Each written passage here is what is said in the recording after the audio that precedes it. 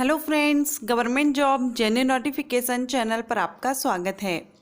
Friends, आज हम इस वीडियो में जानेंगे आईपीएस ऑफिसर कैसे बनते हैं। अगर आप आईपीएस ऑफिसर बनना चाहते हैं तो इसके लिए आपको कौन सा एग्ज़ाम देना होगा, एलिजिबिलिटी क्या रहेगी, अटेम्प्ट कितने रहते हैं, आपको कितने बार आप ये एग्ज़ाम दे सकते हैं, कितनी चांस आपके पास है और किस तरह से इसका सिलेक्शन प्रोसीजर जो एग्ज़ाम पैटर्न है वो किस तरह से रहता है, सारी जानकारी मैं आपको इस वीडियो में दूंगी। सो वीडियो को एंड तक जरूर देखिएगा अगर आप आईपीएस ऑफिसर बनना चाहते हैं या इससे जुड़ी हुई जानकारी चाहते हैं। वीडियो स्टार्ट करने से पहले अगर आपने अब तक चैनल को सब्सक्राइब नहीं किया है, चैनल को सब्सक्राइब कर लीजिए, बेल आइकन को प्रेस कर लीजिए।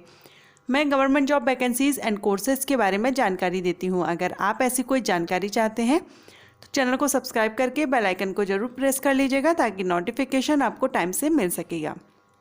चलिए अब वीडियो स्टार्ट करते हैं। और जैसा कि मैंने बताया, यहाँ पर मैं आपको आज आईपीएस ऑफिसर कैसे बने इसके बारे में जानकारी दूंगी। तो सबसे पहले हम यहाँ पर देख लेते हैं कि आईपीएस ऑफिसर होता क्या है, इसका फुल फॉर्म क्या है। आईपीएस का फुल फॉर्म होता है इंडियन पुलिस सर्विस, भारतीय पुलिस सेवा। आईपीएस के लिए आपको सिविल सेवा परीक्षा देनी होगी जो यूपीएससी के द्वारा कंडक्ट कराई जाती है। हर साल ये एग्ज़ाम कंडक्ट कराया जाता है यूपीएससी के द्वारा। अब हम देखते हैं इसके लिए एलिजिबिलिटी क्या रहती है, क्या रिक्वायरमेंट रहती है आईपीएस बनने के लिए। तो सबसे पहले हम यहाँ पर नेशनलिटी देखें तो आपको भारतीय नागरिक होना जरूरी है। अब भारतीय नागरिक हैं, इंडियन नेशनल्स हैं, तब आप इसके लिए आवेदन कर सकते हैं, ये एग्ज़ाम दे सकते हैं। नेक्स्ट हम देखेंगे क्वालिफिकेशन। क्वालिफिकेशन क्या होनी चाहिए, तो क्वालिफिकेशन आप 12th पास हैं किसी भी स्ट्रीम से। आप 12th पास हैं, उसके बाद आपको करना क्या होगा, सिर्फ 12th के बेस पर आप ये एग्ज़ाम नहीं दे सकते, लेकिन अगर आप आईपीएस बनना चाहते हैं तो 12th के बाद से ही आपको इसकी तैयारी करनी होगी। आफ्टर 12th आपको क्या करना होगा, किसी भी सब्जेक्ट से आपको ग्रेजुएशन कर लेना है। 12th कंप्लीट करने के बाद आप किसी भी स्ट्रीम से, किसी भी सब्जेक्ट से सिर्फ आपका ग्रेजुएशन कंप्लीट होना ज़रूरी है। अगर आप ग्रेजुएशन कंप्लीट कर लेते हैं देन आप आईपीएस ऑफिसर बनने के लिए जो एग्ज़ाम कंडक्ट कराया जाता है वो एग्ज़ाम आप दे सकते हैं।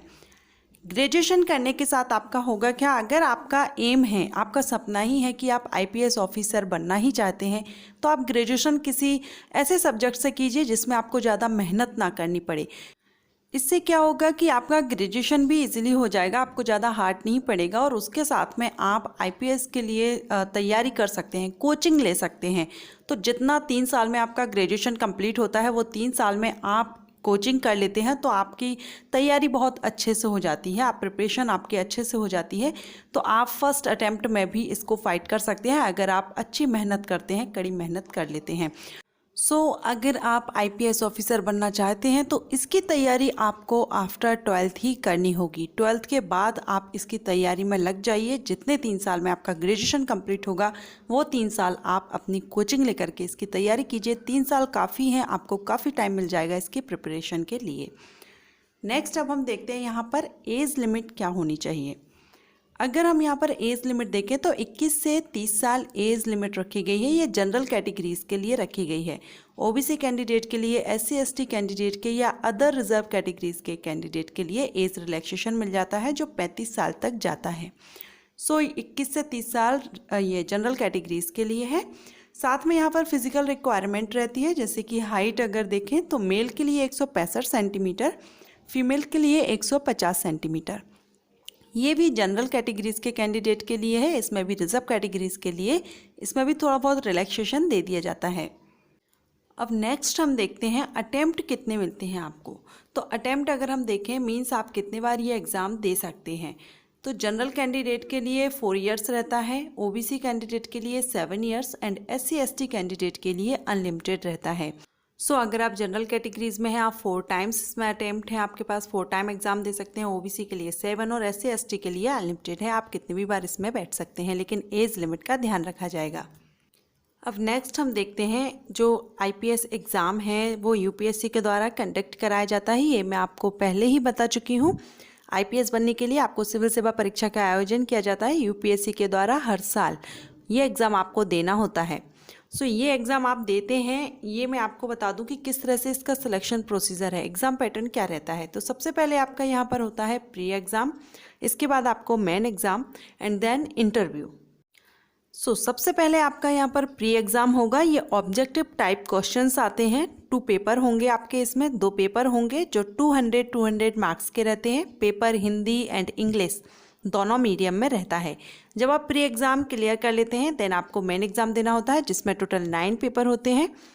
मेन एग्ज़ाम थोड़ा टफ रहता है। मेन एग्ज़ाम क्लियर करने के बाद आपको इंटरव्यू के लिए कॉल किया जाता है।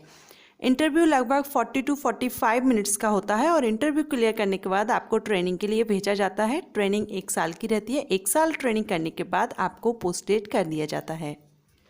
अब हम यहाँ पर देखते हैं कि आपको किस किस टॉपिक पर, किस किस सब्जेक्ट्स पर आपको इस पर ध्यान देना होगा, फोकस करना होगा। वैसे तो जो भी कंपटीशन के एग्ज़ाम होते हैं उसमें जो आईपीएस या आईएएस जो लेवल के एग्ज़ाम होते हैं वो काफ़ी टफ होते हैं। इसमें सभी फील्ड से क्वेश्चन किए जाते हैं। फिर भी मैं यहाँ पर आपको कुछ फील्ड्स मेंशन कर रही हूँ जिस पर आपको ज़्यादा फोकस करना होगा, जैसे कि आर्थिक सामाजिक विकास, भारतीय भूगोल, विश्व भूगोल, भारतीय इतिहास, राष्ट्रीय आंदोलन, पर्यावरण परिस्थिति, जैव विविधता, general science, national international, current affairs.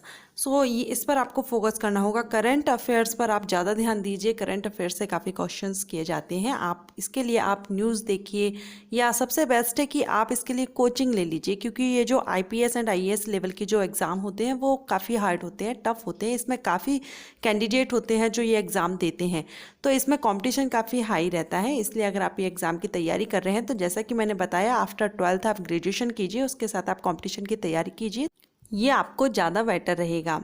साथ ही मैं सैलरी की कहूँ तो सैलरी यहाँ पर सभी पोस्ट के लिए रैंक के हिसाब से अलग अलग रहती है। आईपीएस ऑफिसर की रैंक के अकॉर्डिंग अलग अलग रहती है, इसलिए मैं यहाँ पर आपको सैलरी मेंशन नहीं कर रही हूँ, पोस्ट के अकॉर्डिंग ये रहती है। फ्रेंड्स, अगर आपको ये वीडियो हेल्पफुल रहा हो या आपको वीडियो पसंद आया हो तो वीडियो को लाइक कर लीजिएगा, चैनल को सब्सक्राइब और वीडियो को शेयर ज़रूर कर दीजिएगा अपने फ्रेंड्स एंड रिलेटिव्स के साथ। Thank you.